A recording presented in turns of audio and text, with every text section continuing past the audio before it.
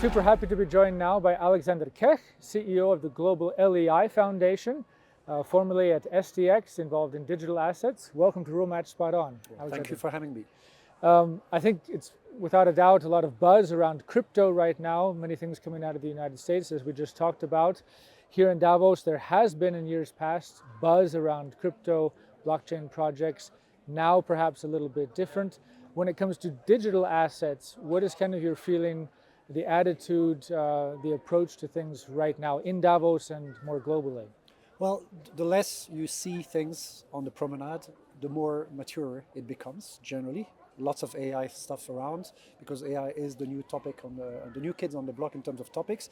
Digital asset was, as you said, 2 or 3 years ago. And the fact that it's less visible means that it's really about building, about delivering, and about mainstream adoption. So that's really what I would say is the difference between now and 2 years ago, is that now we're more into real implementation, regulations that allows implementation, and interest by institutional users, not only about crypto, but also digital assets, tokenization, and so on and so forth. Mm-hmm.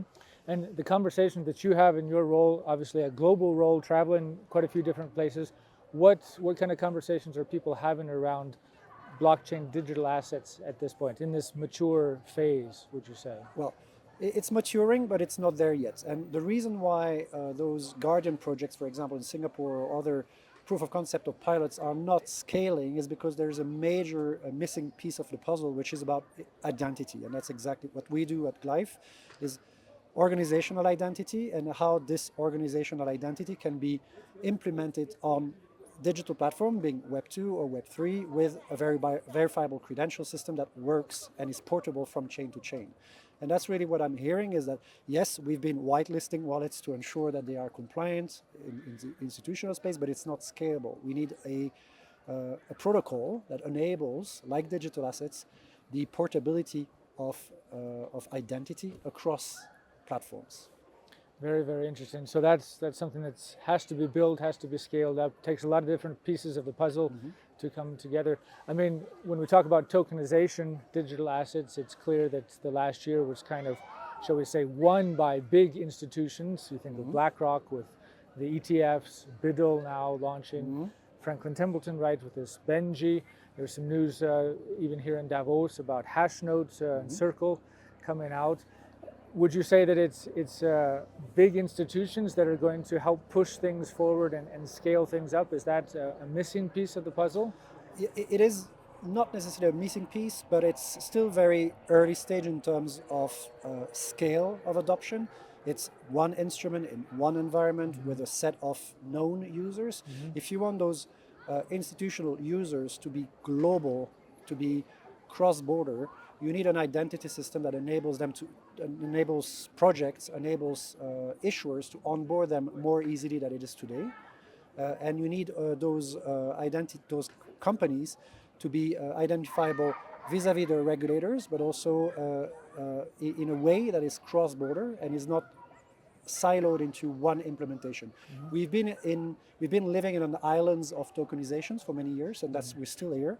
UBS has its tokenized platform, others have their tokenization platform.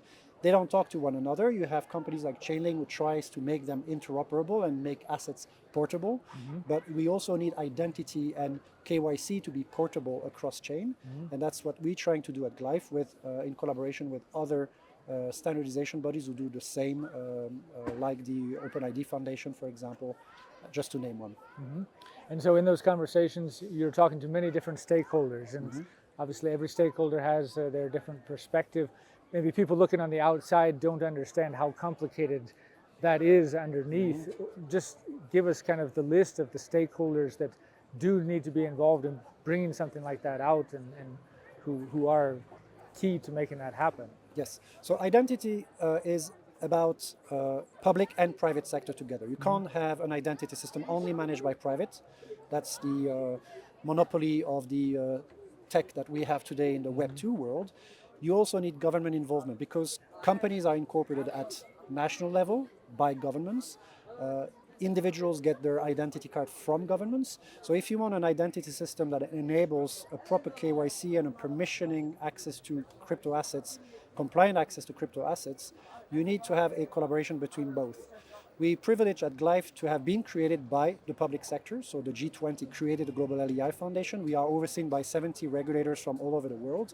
And we want to be that link between the public sector that we represent in a way and the private sector with who we work in terms of implementation of the LEI system, legal entity identification system, and the credential system that we want to build on top that can then be used to secure transaction, ensure that you know who you're dealing with when you do a transfer of assets in a way that is scalable, and that's what really is missing today. Mm-hmm. And talking about things that are missing today, just down a little bit deeper when you talk technical things, is it standards, is it documentation? What are some of the things that need to be actually built, the nuts and bolts of this, in order to scale up big time? The standards are there, the protocols are there. It's more about awareness of the need to implement those standards and protocols, and they exist at different levels, ISO level and various places. The blockchain industry has been focusing on tokenization, digital assets, which is very important, but the side coin or the flip coin of a digital assets is identity. A token always belongs to someone or a company, is always issued by a company, or is managed by a company. And if you're not able to deal with that identity in a way that is scalable, not whitelisting of wallets, that doesn't work, it's not scalable. If you're not able to do that using existing standards that are bridging traditional finance with new finance, you will not be successful. So that's really the message I have for the industry is think about identity in a way that is public-private sector enabled, that is leverage existing standards, don't create new ones. And there we will be able to bridge really what we want to do, traditional finance with new finance in a way that is meaningful, successful, and will not take 10 years as it could if we don't do that. Mm-hmm. And can you just give us a sense, having been here in Davos, some of the conversations about this or something else that's been interesting to you, something that you're going to keep an eye on over the next 12 months? Well, I'm obviously biased, and I've been focusing on discussions around identity, and it has been a bigger topic than in previous years, at least from my perspective. So I just came back from the House of Switzerland, where there was the Open Wallet Foundation gathering actually all the actors of standardization of identity, and there is a realization that it's very essential, not only for Web3 to scale up, but for any digital platform to scale up at global scales, to avoid fraud, to avoid impersonation that is a challenge in digital platform, Web 2 and Web 3. And that's really, I think it's going to be the focus in 2025 and 2026. Very, very interesting. Alexandre Kech, thank you very much for joining RULEMATCH Spot On. Look forward to speaking again soon. Thank you.